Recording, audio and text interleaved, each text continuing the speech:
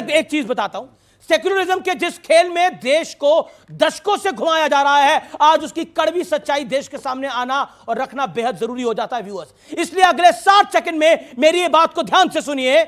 इस देश में प्लेसेस ऑफ वर्शिप एक्ट का काफी जिक्र होता है। इसे 1991 में लागू किया गया था और उस वक्त देश में कांग्रेस की सरकार थी, नरसिम्हा राव उसके प्रधानमंत्री थे। इस एक्ट के मुताबिक 15 अगस्त 1947 को देश में धार्मिक स्थल जिस भी स्थिति में है उसकी वही स्थिति बरकरार रहेगी, उसमें कोई बदलाव नहीं हो सकता। और इस एक्ट से अयोध्या के विवाद को अलग रखा गया था। यानी जो हिंदू ये दावा करते हैं कि आक्रांताओं ने उनके मंदिरों को तोड़कर वहां दूसरे धर्म की इमारतें बनवा दी, उन हिंदुओं के पांव में इस कानून से ऐसी बेड़ियां डालने का प्रयास हुआ जिससे वो भविष्य में कभी अपने धार्मिक स्थलों की सच्चाई पता लगाने की कोशिश भी न कर सके, मांग भी न कर पाए।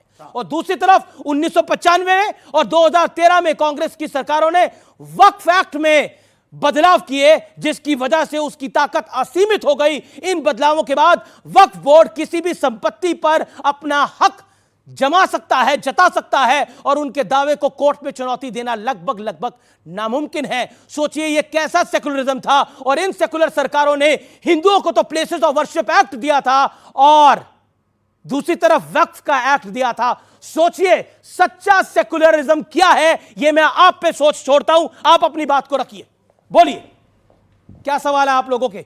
सवाल था कि नेहरू जी, इंदिरा गांधी जी और राजीव गांधी जी सदैव जातिवाद और जाति प्रथा का विरोध किए थे, वो जाति जनगणना के समर्थन नहीं थे। तो फिर विपक्ष आज के वक्त में क्यों इतना जोर दे रहा है कि जाति जनगणना होनी चाहिए? जी इंदिरा गांधी कहती थी जात पे ना पात पे मोहर लगे कि हाथ पे। यूनिटी की बात कर रही थी कि सभी जातियों को बराबरी। तो मोदी जी भी तो वही कर रहे हैं अभी। नहीं, मोदी जी तो हिंदुओं को अलग कर रहे हैं, मुसलमानों को अलग कर रहे हैं, अगलों को अलग कर रहे हैं, पिछड़ों को अलग कर रहे हैं। राम भद्राचार्य ब्राह्मणिकल सुप्रीमेसी की बात करते हैं तो अमीश भाई कहते हैं जी करके यूज करिए। तो ये तो कल्चर ही देश का अलग जा रहा है। ठीक है, कल्चर ही अलग जा रहा है और मतलब दूसरा खराब कल्चर है, हाफिज तू तरह का बढ़िया कल्चर है। शंकराचार्य जी ने बागेश्वर धाम, सुन लीजिए सुधांशु भाई, बागेश्वर धाम की यात्रा के बारे में माननीय ज्योतिष मठ के शंकराचार्य ने कहा है टोटल पॉलिटिकल है। दूसरी बात, नहीं, आपने खुदाई की बात करी। दीजिए फिर प्रियंका कक्कड़ और सुधांशु जी। 2-3 बातें महत्वपूर्ण अपने युवा भाइयों से कहना चाहता हूं। बांग्लादेश आप सब लोग देख रहे हैं, जिन्हें केरला और कश्मीर फाइल झूठ लग रही थी, बांग्लादेश लाइव चल रहा। उसके बावजूद भी यार हम लोग हिंदुओं के विषय में बोले हम लोग गुनाहगार कैसे? ये लोग जय फिलिस्तीन कह के गाजा तक के लोगों को एक करें, ये सेक्युलर कैसे? कहीं तो थोड़ा तो यार रहम और कहीं तो अपने गुनाहों के बारे में सोचिए। लेके जाओ, सारी मस्जिद खोद डालो। लेट मी एक कुल्हाड़ी इनको दे दो, सारी मस्जिदें खोद दो और शिवलिंग ढूंढो उसके अंदर। यार ये गलत बात है, ये कोई बात होती है? यही करो, यही रह गया है। चाइना में इनको कुल्हाड़ी दो, गलत होती है। विषयांतर हो रहा है, विषयांतर हो गया पूरी चर्चा का। अमीश ये गलत है। देखिए विवेक जी, विषय पे रहिए, वो विषय नहीं है मेरा। अमीश इस देश में हिंदू होना, साधु होना गुनाह रहा, विवेक जी के लिए समझ में आता। लेकिन क्या इनका बस नहीं चल रहा, इनका बस नहीं चल रहा। मेरा बस चलता तो इन्हें जेल में डलवा देता, मेरी सरकार होती। भाई साहब आप जेल में डलवाइए, हिंदू को ना तो जोड़ने में रुका जाएगा, ना थका जाएगा, ना झुका जाएगा। हिंदू का मतलब हिंदू। आप समाज और ना देश दोनों तोड़ रहे हैं। अच्छा, आप समाज और देश दोनों तोड़ रहे हैं। मुझे पूरा करने दीजिए, आप बोलिएगा। आप पहले बोलिए शंकराचार्य सही है या गलत? डॉक्टर भीमराव कह रहे हैं कि बागेश्वर धाम की यात्रा पॉलिटिकल। अरे ठीक है, रुकिए महाराज, रुकिए। डॉक्टर भीमराव अंबेडकर कहते थे जातिवाद नहीं होना चाहिए, वो गलत हो गए। राम मनोहर लोहिया कहते थे जातिवाद नहीं होना चाहिए, वो गलत हो गए। पॉइंट आप मुझे कंप्लीट करने दीजिए। जी संत रविदास के गुरु थे रामानुजाचार्य, वो कहते थे कि जाति पाति पूछे नहीं कोई, हरि को भजे सो हरि का हो। वो दिग्गज गलत हो गए, ये सही हो गए। हम सही हो गए, हम बिल्कुल सही हो गए। सही कहा सुधांशु ने गलत नहीं कहा। सुधांशु जी ने बिल्कुल सही कही। एक लकड़ी हो तोड़ दो, आप गट्ठर बनाइए, किसी के बाप पर नहीं टूटे। उस गट्ठर में मुसलमान क्यों नहीं है? होना होगा। आपके गट्ठर में मुसलमान क्यों नहीं है? ईसाई क्यों नहीं है? माइनॉरिटी क्यों नहीं है? ठीक है मैं फिर कह रहा हूं, ये नस फाड़ लेंगे अपनी यहां से। नहीं मेरे कुछ नहीं, मैं आप इत्मीनान से प्रियंका कक्कड़ को मैं आ रहा हूं। सुधांशु जी, प्रियंका कक्कड़, देखिए एक चीज तो बहुत क्लियर है जो आपने भी आरोप लगाया कि बीजेपी देश भर में ध्रुवीकरण का एक एजेंडा चला रही है, ये आपने आरोप लगाया।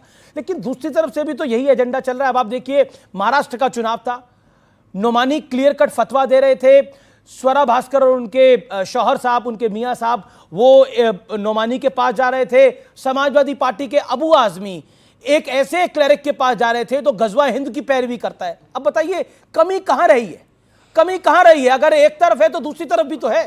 देखिए, हमने सबको सुना यहाँ पर, और ये युवा पीढ़ी सामने बैठी है, तो मैं इनको सिर्फ इतना कहना चाहूंगी कि मैं भी विवेक जी की बातों से सहमत नहीं हूँ। वो एथिस्ट है तो वो गरियाते हैं, हिंदू पर भी वो गरियाते हैं, मुसलमान पे भी नहीं गरियाते हैं। मुसलमान वो दोनों पे गरियाते हैं। दिखा दीजिए, मैं अपनी बात वो दोनों पे गरियाते हैं। और हमारे देश में अब जैसे ये इस्कॉन में जो हुआ, हम आम आदमी पार्टी पूरा समर्थन करती है, मांग करती है भाजपा से कि कुछ एक्शन ले, क्योंकि हमारे पास तो एक ऐसे प्रधानमंत्री जी कहते हैं घर में घुस के मारूंगा। हमारे प्रधानमंत्री जी ने कहा था घर में घुस के मारूंगा, वो ऐसा कहते हैं ना, तो कुछ स्ट्रॉन्ग एक्शन ले। बांग्लादेश की सरकार कहती है कि इंडिया कौन होती है घुसने वाली हमारे इंटरनल मुद्दों में। हम क्या करें? इतने बड़े प्रीस्ट, उनको अरेस्ट कर लिया, उनको जेल हो गई, और हमारी सरकार हाथ में हाथ धरे बैठी है। ओके, सुधांशु जी का रिप्लाई जरूरी। देखिए, जो इन्होंने कहने का प्रयास किया, यहां समस्या क्या है कि एक समुदाय को तो खूब तोड़े रखना, और सिर्फ जाति में नहीं तोड़े रखना है, उत्तर दक्षिण में भी तोड़ना है। याद करिए डीके सुरेश, जो कि कर्नाटक के मिनिस्टर हैं, वो कहते हैं कि साउथ जो है वो ज्यादा टैक्स देता है, इसलिए हमें अलग हो जाना चाहिए। मतलब उनसे पूछा गया कि आप अलग होने की बात करेंगे, पत्रकार का इंटरव्यू, नहीं तो हम अलग होने पर भी सोच सकते हैं। अब सुनिए, लड़ाना है मराठी और उत्तर भारती में, लड़ाना है तमिल और हिंदी में, लड़ाना है उत्तर और दक्षिण में, लड़ाना है अगड़े और पिछड़े में, लड़ाना है सामान्य और दलित में, मगर एक से कहना है पूरे जुड़े रखो। तुम फिलिस्तीन तक जुड़े रहो, हमास तक जुड़े रहो, और रफा तक जुड़े रहो, हिजबुल्लाह तक जुड़े रहो। यानी एक के अंदर टुकड़े टुकड़े करके रखना है और एक को सहेज करके रखना है। इसीलिए मैं ये कहना चाहता हूं, देश को आज यह समझने की जरूरत है। एक सिंपल सी बात कहता हूं, क्या आप पे जो आरोप है कि आप ध्रुवीकरण का एजेंडा पूरे देश में चला रहे हैं, जो आम आदमी पार्टी ने बोला? अच्छा, मैं एक छोटी सी बात कहना चाहता हूं। बांग्लादेश की वायलेंस के ऊपर आप राहुल गांधी का ट्वीट देखिए, न वहां के ऊपर अत्याचार शब्द है, न हिंदू शब्द है। वहीं गाजा पे राहुल गांधी का ट्वीट देखिए, वो नरसंहार शब्द भी है, क्राइम अगेंस्ट ह्यूमैनिटी भी है, सब कुछ है। मगर डोनाल्ड ट्रंप ने ट्वीट किया और उसने कहा है कि बांग्लादेश के अंदर जो है अत्याचार हो रहा है, संहार हो रहा है। मगर एक सेकुलर नेता बताइए जिसने किया हो? क्या डोनाल्ड ट्रंप ने भी इससे भी हम ही ने करवा दिया क्या? अरे भाई, दुनिया समझ रही है, मगर इनके समझ में नहीं आ रहा है इसके लिए क्या किया जाए। अभी तक बागेश्वर बाबा, स्वामी दीपांकर, देवकीनंदन ठाकुर, ये सब तो और वैसे जो इन्होंने, एक मिनट, ये हिंदू धर्माचार्यों ने जो बोला है वो बड़ा स्वाभाविक समझा, जिसके लिए ओसामा जी हैं, हाफिज साहब है, जाकिर शांति का मसीहा है, इशरत जहां बेटी है, बुरहान वानी भटका हुआ नौजवान है, याकूब मेनन की जुडिशियल किलिंग है, अफजल हारात का मारा है, उसके लिए राम भद्राचार्य जी और बाबा बागेश्वर ऐसे ही। नाथूराम गोडसे जिसकी मूर्ति बना के रोज पूजते हैं, वो इन सबको मिला लो। ना नाथूराम गोडसे की कोई मूर्ति बनाकर पूज रहा है, ना वो विषय। अभी एक सेकंड, देखिए बाकी भी है ना, समाजवादी पार्टी की आपसे कितनी ज्यादा सीटें हैं, खुद सोचिए। हमारे मित्र हैं भाई, मतलब आप देखिए, उनको भी आप मौका नहीं दे रहे, ज्यादा पढ़े लिखे हैं। तीसरी देश की बड़ी पार्टी है। वैसे एक बात बताएं, अभी एकमात्र चुनाव जो हुआ केरल में, बाई इलेक्शन लोकसभा का, वो हारने के बाद क्या उछल रहे हैं, ऐसा आपने देखा नहीं होगा। गजब कि कांग्रेस से हारने के बाद उछलते हुए। ठीक है, अब धर्मेंद्र यादव, एक बात बहुत स्पष्ट है कि आप बार बार कह रहे हैं कि देखिए बीजेपी जो है वो नफरत का बीज डाल रही है, और आपके नेता महाराष्ट्र के इलेक्शन में, अबू आजमी आपके वरिष्ठ नेताओं में से एक हैं, वो जब एक ऐसे मुस्लिम क्लरिक के पास जाते हैं, एक ऐसे मुस्लिम धर्मगुरु के पास जाते हैं जो गजवा हिंद की पैरवी करता है और कहता है कि आप ऐलान करिए मेरे पक्ष में वोट डालने के लिए, वो आपकी राय में कम्युनल है या वो सेकुलरिज्म है?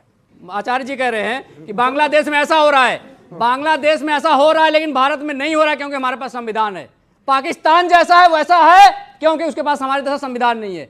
ये इस संविधान को खत्म करके यहाँ भी वही करना चाहते हैं। अब सुन लीजिए, वो यहाँ भी वही करना चाहते हैं। नहीं, ये आप देखिए, आप बहुत नहीं, बांग्लादेश में हो रहा है, यहाँ इसलिए हो रहा है कि मोदी है यहाँ पे। अब सुनिए, वरना सब कुछ हो जाता। लेकिन मेरे सवाल का जवाब, अबू आजमी की बात का जवाब। बांग्लादेश में इतना हुआ और पूरे हिंदुओं की चिंता बिल्कुल